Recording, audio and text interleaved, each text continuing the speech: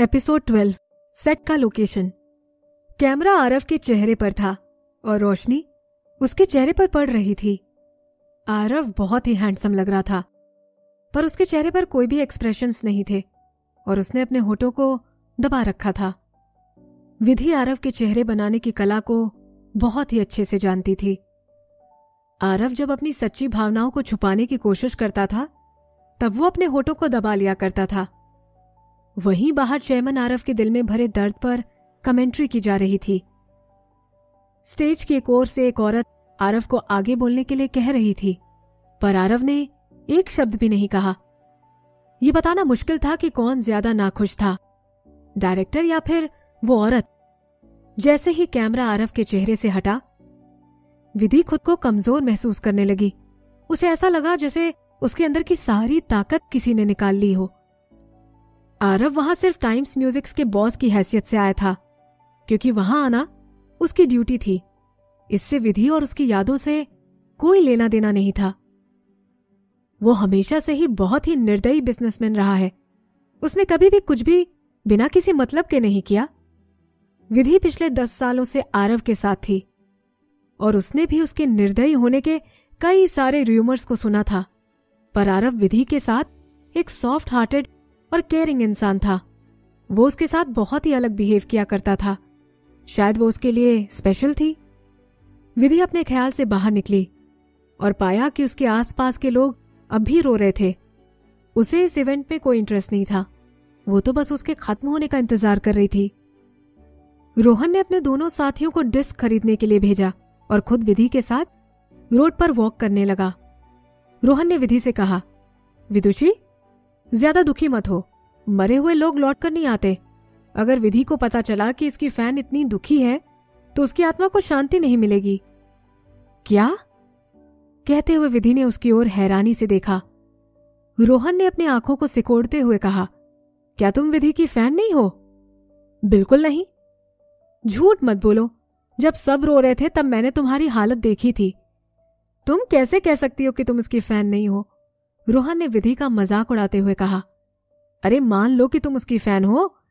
विधि एक डीवा थी और उसको पसंद करना कोई शर्म की बात नहीं है। मैं सच में उसकी फैन नहीं हूं, विधि ने उससे कहा। जैसे कि रोहन पूरे रास्ते बातें करता रहा। रात हो चुकी थी और आकाश में तारे नजर आने लगे थे, जो एक अलग तरह की शांति का एहसास करा रहे थे। विधि खुश थी कि रोहन उस वक्त उसके साथ था। रोहन का ये उत्साह उसे उसके दुख और तकलीफ से बाहर निकालने में हेल्प कर रहा था। ट्रेनिंग कैंप पर होटल की बिल्डिंग के सामने रोहन ने विधि से गुड नाइट कहा और जाने के लिए पलटा, पर अगले ही पल उसने विधि की ओर देखा और कहा, विदुषी, जो लोग मर चुके हैं उनकी आत्मा को शांति मिलनी चाहिए और जो जिंदा हैं। इतना कहकर रोहन ने अपने सर पर हाथ फेरते हुए फिर से कहा, ऐसा ही कुछ था, जैसे फिर कुछ देर के लिए रुककर उसने कहा, विधि के बारे में सोचकर ज्यादा दुखी मत होना, जल्दी सो जाना और भूलना मत कि कल सुबह हमारी एमवी की शूट है। विधि रोहन की बात सुनकर हैरान थी, पर उसने सॉफ्टली कहा, ओके। ये सच है कि जो लोग मर चुके हैं उनकी आत्मा को शांति मिलनी चाहिए और जो जिंदा हैं उनको अपनी लाइफ में आगे बढ़ने का मौका। उस रात आकाश में एक भी बादल नहीं थे और तारे साफ नजर आ रहे थे। जयंत सभी ट्रेनीज को अपने साथ लोकेशन सेट पर ले गया। वो शहर के बाहर एक पहाड़ी जंगल था। टीम की बस पहाड़ की चोटियों के बीच घुमावदार रास्तों से होते हुए एक बहती हुई खूबसूरत नदी के पास से गुजरी। ये खूबसूरत नजारे उन्हें बिल्डिंग और एक नेचुरल ब्यूटी के बीच के अंतर का एहसास दिला रहे थे। उन्हें ऐसा लग रहा था मानो वो सभी किसी फेरी लैंड में हो। चेयरमैन जयंत, ये कौन सी जगह है? इस पहाड़ की बिल्डिंग को छोड़कर इसके आसपास के किसी भी पहाड़ों में कोई घर नहीं है। क्या ये टूरिस्ट के लिए नया बनाया गया है? टीम की ट्रेनी ने पूछा। आगे की पैसेंजर सीट पर बैठे जयंत ने अपने न्यूज़पेपर को रोल करके उस लड़की के सर पर प्यार से मारते हुए कहा, कभी तुमने कोई ऐसा टूरिस्ट प्लेस देखा है जहां बहुत ही कम टूरिस्ट हो? ये जगह बॉस की है। जहां तक तुम्हारी नजर जाती है वो सभी बॉस की है। वाओ! अगले ही पल पूरी बस में सुनाई पड़ी। विधि ने खिड़की से बाहर देखा और उसे हर पहाड़ के पीछे कई पहाड़ नजर आ रहे थे, जिनकी चोटियां दूर से ग्रे कलर की नजर आ रही थी। बॉस की जगह सच में बहुत ज्यादा बड़ी थी। विधि सभी की तरह एक्साइटेड नहीं थी।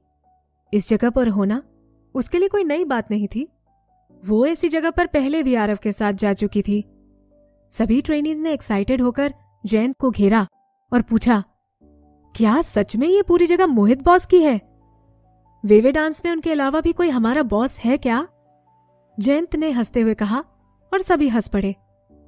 वेवे डांस टाइम्स म्यूजिक की तरह कोई पुरानी कंपनी तो नहीं थी, पर बड़ी थी। विधि को याद है 6-7 साल पहले जब ये कंपनी खुली थी, तब विधि बहुत फेमस थी। बहुत ही कम टाइम में ये कंपनी इतनी सक्सेसफुल हुई कि इसने टाइम्स म्यूजिक को हिला कर रख दिया। इसकी सफलता का पूरा क्रेडिट मोहित को जाता है। विधि ने इससे पहले मोहित को कभी नहीं देखा था, बस उसने लोगों से उसके बारे में सुना था। वो उस परिवार से था जहां कई लोग जनरेशन से ट्रॉयड के सदस्य थे। मोहित ने वेवे डांस की शुरुआत अपने ब्लैक मनी को वाइट करने के लिए की थी। अफवाह थी कि वो बहुत ही पत्थर दिल, निर्दयी और बेरहम है। अपनी पिछली जिंदगी में विधि ने किसी भी अफवाहों पर भरोसा नहीं किया। उसे तो मोहित का चेहरा तक याद नहीं था, और ये कोई दिक्कत की बात भी नहीं थी। आखिर वो वेवे डांस के एक छोटे से ग्रुप की मेंबर थी और मोहित उसका मालिक। इससे क्या फर्क पड़ता है कि वो पत्थर दिल था या निर्दयी या फिर बेरहम? वो कहाँ उससे मिलने वाली थी? ये सोचते हुए उसने अपने सर को अपनी सीट पर टिका दिया और अपने आसपास के लोगों की बातें सुनते हुए सो गई। कुछ समय बाद रोहन ने विधि को जगाया। जब उसने अपनी आंखें खोली तो देखा कि शाम हो चुकी है और चारों ओर अंधेरे के साथ साथ धुंध फैली हुई थी। उनकी बस एक गेस्ट हाउस के पास माउंटेन साइड पर खड़ी थी। बस से सभी लोग अपने बैग्स लेकर गेस्ट हाउस की तरफ जा रहे थे। हर 4 लोगों को ठहरने के लिए एक कमरा दिया गया था। अपना अपना सामान रखने के बाद सभी ट्रेनी और क्रू मेंबर्स कॉन्फ्रेंस रूम में एक मीटिंग के लिए मिले। इस मीटिंग को एमवी के डायरेक्टर और प्रोड्यूसर अनिरुद्ध ने रखा था। वो वहां कुछ दिन पहले ही आ गया था ताकि वो उस जगह के मुआयने के साथ साथ लोगों को उनका काम बता सके। उनका शेड्यूल बहुत ही हेक्टिक और ज्यादा था, पर वो बहुत ही आराम से पूरा हो रहा था। सभी क्रू मेंबर्स ने बिना किसी भाव के अनिरुद्ध की कही बातों को लिख लिया। विधि और उसके साथी ट्रेनीज ये देखकर शॉक थे। मैंने हमेशा से अनिरुद्ध के यूनिक तरीके के बारे में सुना था, पर मैंने सोचा नहीं था कि वो इतने डिमांडिंग होंगे। ये लोग इतने सारे काम को कैसे पूरा कर पाएंगे?